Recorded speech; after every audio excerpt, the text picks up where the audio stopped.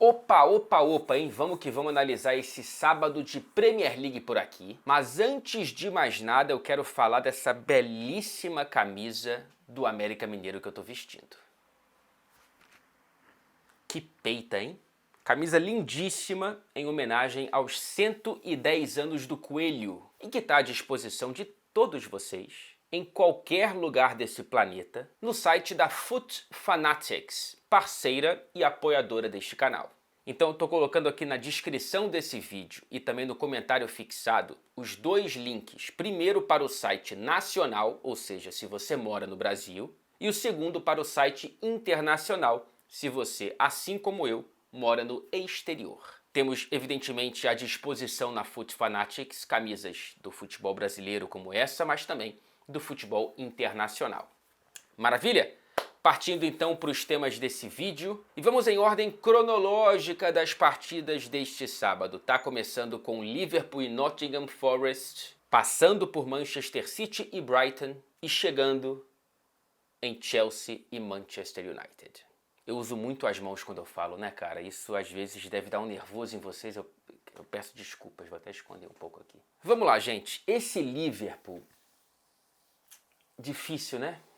Cada vez mais eu me convenço que pro Liverpool, lucro nessa temporada vai ser, dentro da Premier League, conseguir ficar no G4. Briga pelo título, realmente o Klopp tá certo. Não dá pra ter essa conversa hoje. Aquela vitória contra o Manchester City, que parecia um resgate do Liverpool antigo, ou de parte dele, ou uma virada de página para essa temporada, agora parece muito mais um jogo isolado em que o Liverpool cresceu somente pela grandeza daquele jogo e daquela rivalidade, do que de fato um crescimento a longo prazo. Eu lembro que, se eu não me engano, no vídeo depois daquela vitória na semana passada, eu até falei, olha, agora eu quero ver se o Liverpool vai ter consistência. E logo no primeiro teste dentro da Premier League, uma decepção grande, né? Pegando um Nottingham Forest que, por mais que tenha uma atmosfera interessante dentro do próprio estádio, um time que está de volta à Premier League, vários investimentos, várias contratações, estava mal na temporada, está na parte de baixo da tabela, estava na lanterna. Então, assim, por mais que a Premier League seja esse tipo de campeonato em que um lanterna pode bater um time que esteja lá em cima, não é um tropeço, entre aspas, perdoável para esse Liverpool. Mesmo com os desfalques, tá? Mesmo perdendo o Thiago em última hora, como disse o Klopp, por conta de uma infecção no ouvido que foi determinada a tirada dele do jogo às 5 da manhã. Mesmo assim não dá. E acho que cada vez mais a torcida consegue perceber que é preciso haver mais investimentos. Enfim, eu não vou me debruçar muito aqui no Liverpool, até porque eu estava em trânsito, indo para o estádio do Manchester City para cobrir a partida, então não vi os pormenores dessa partida, mas pelo que eu vi, Fabinho tá muito mal, né? É uma pena, eu não sei o que está acontecendo, mas esse começo de temporada do volante brasileiro é realmente preocupante. Não digo a nível de seleção, porque o Casemiro é o titular, mas no Liverpool mesmo, sabe? Porque o Fabinho é um cara único nesse elenco, não tem reserva e é um pilar desse time, né? Então, complicado. Em contrapartida, o Alisson mais uma vez muito bem, né? Não sei se é um bom sinal para o Liverpool que o Alisson tenha que aparecer tanto nos últimos jogos, mas é impressionante, o Alisson ele tá realmente fazendo defesas atrás de defesas, não sei nem se dá para chamar de auge de carreira esse momento que o Alisson vive debaixo das traves, e não só isso, né, lembrando da assistência que ele deu pro Salah na semana passada. Para resumir essa situação do Liverpool, fora de casa, dentro desta Premier League, são 5 jogos, 2 empates e 3 derrotas. São 2 pontos conquistados em 15, e esse time já tem em 11 rodadas mais derrotas do que em toda a Premier League passada. Complicado. Vamos ver o que o Klopp vai tirar da cartola, ele que tem tentado buscar soluções dentro desse início de temporada bastante turbulento. Passando para o Manchester City, que, olha, vou resumir, hein? Não jogou bem. Não sei se você concorda comigo, mas foi uma atuação bastante morna desse Manchester City, que encontrou muita dificuldade de escapar da marcação homem a homem imposta pelo Brighton de De Zerbi. Aliás, é um começo de trabalho muito interessante, apesar de ter conquistado muito poucos pontos, né? Na verdade, acho que só conquistou 1 em Anfield. E logo na estreia, né, de lá pra cá só foi derrota. Mas mesmo assim, por exemplo, O Brighton chutou 10 bolas a gol hoje e nas 2 partidas anteriores chutou 50 vezes. Então assim, criando esse Brighton tá. Falta marcar. E evidentemente que uma derrota para o Manchester City não pode ser uma régua para esse Brighton. E sim a boa atuação apesar da derrota. E por conta dessa marcação homem a homem, o City teve que fazer muito jogo direto e foi dessa forma que saiu o primeiro gol. Assistência de Ederson para Haaland. Mais uma assistência de goleiro brasileiro no futebol europeu na Premier League.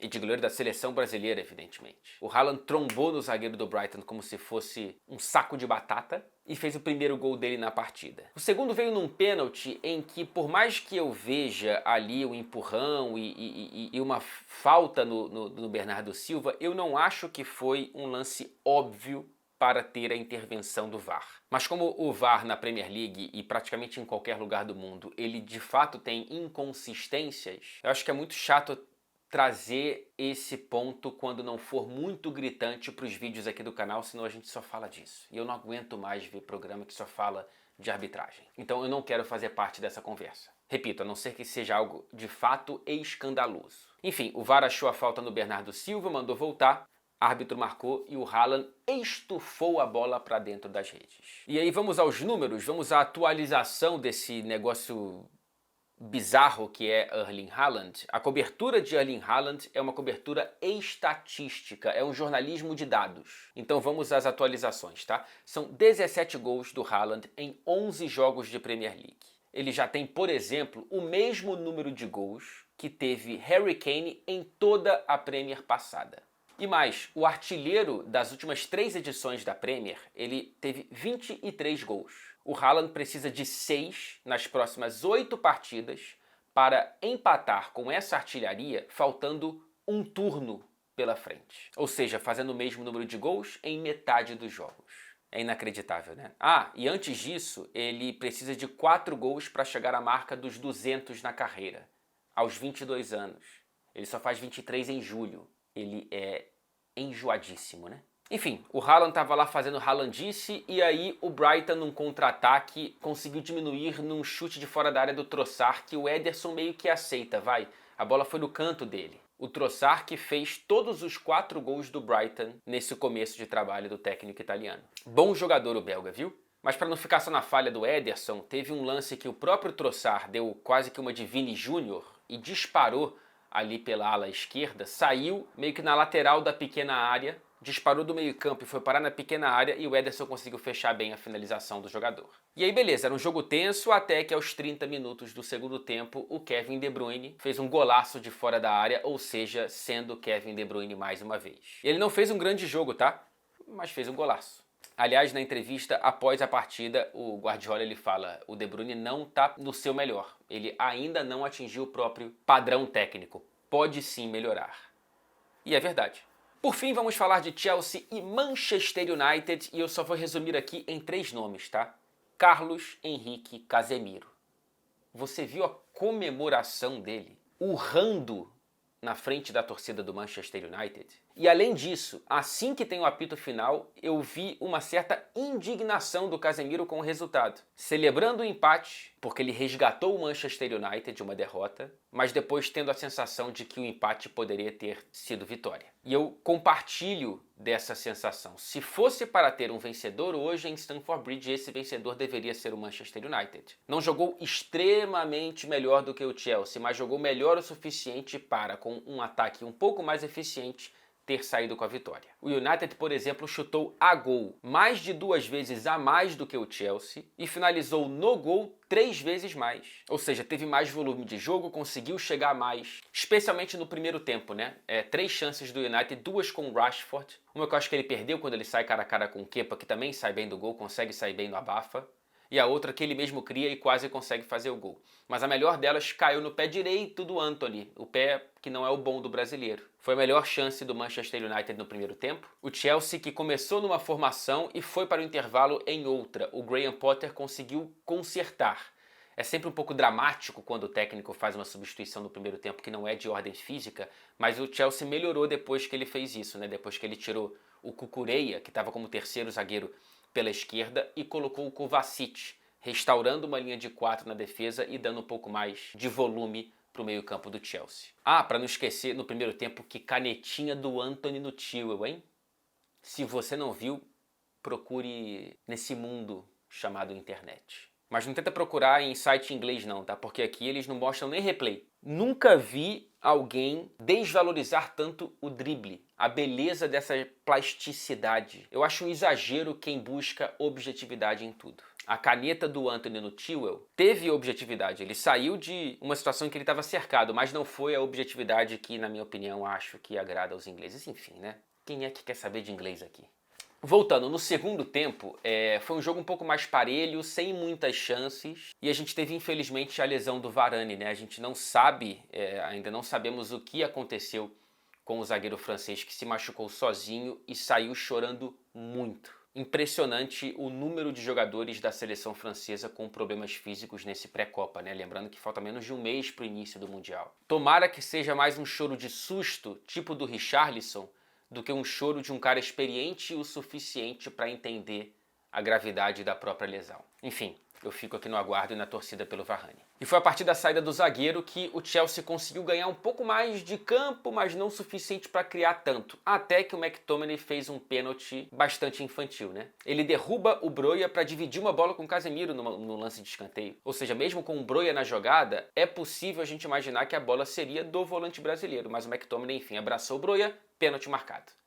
Pelo árbitro e não pelo VAR. Raridade. Jorginho na bola, de maneira elegante, colocou o Chelsea na frente da partida. Isso já nos minutos finais, tá? Só que aí nos acréscimos, a gente tem uma bola levantada para a área do Chelsea, praticamente a última jogada do jogo, e o Casemiro consegue encobrir o Kepa com uma cabeçada. 1-1, e a comemoração que está sendo repercutida por toda a página de torcedores do Manchester United que eu vi no Brasil, fora do Brasil, na Inglaterra, enfim. Interessante essa conexão que o Casemiro já consegue criar. Um cara que ganhou 5 Liga dos Campeões, mas valoriza dessa forma um pontinho fora de casa. Porque ele entende que o jogo é grande e que esse momento do Manchester United precisa de resultados como o de hoje. Mesmo que, repito, não tenha sido o que de fato traduz a produção do time em campo. Para o Chelsea, nenhuma tragédia, tá? É claro que não é o ideal você produzir menos do que o seu adversário dentro de casa e ver o empate como lucro, mas é natural que haja algum tropeço no nível de atuações num começo de trabalho. Pelo menos não perdeu e o Graham Potter consegue trabalhar em tentativa e erro, né? Hoje ele tentou uma mudança, uma adaptação ali do esquema e depois percebeu o erro e conseguiu consertar. Não o suficiente para sair com a vitória ou para ter um crescimento em atuação para que a gente tivesse a percepção de que o Chelsea merecia a vitória hoje, mas de qualquer forma é um início de trabalho muito bom e muito animador do Potter. Entre duas equipes que podem vir a brigar pelo G4. Eu repito, eu ainda acredito mais no Chelsea do que no Manchester United, mas evidentemente eu posso ser surpreendido. Talvez os dois terminem indo para a próxima Liga dos Campeões. Falando em Champions, amanhã já viajo para Dortmund, então eu cubro na terça-feira Borussia Dortmund e Manchester City, o retorno de Haaland à muralha amarela. E na quarta-feira cubro Spurs e Sporting. Jogo importante, hein? Duas equipes em busca aí da classificação. O Tottenham na liderança do grupo nesse momento. E na quinta-feira estarei em Old Trafford para Manchester United e Sheriff pela Europa League. Passando a agenda da semana que ninguém perguntou e agradecendo pela companhia de todos vocês, viu?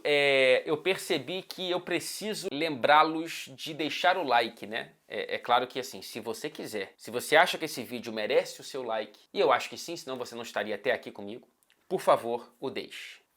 Um abraço, bom fim de semana e muito pouco juízo.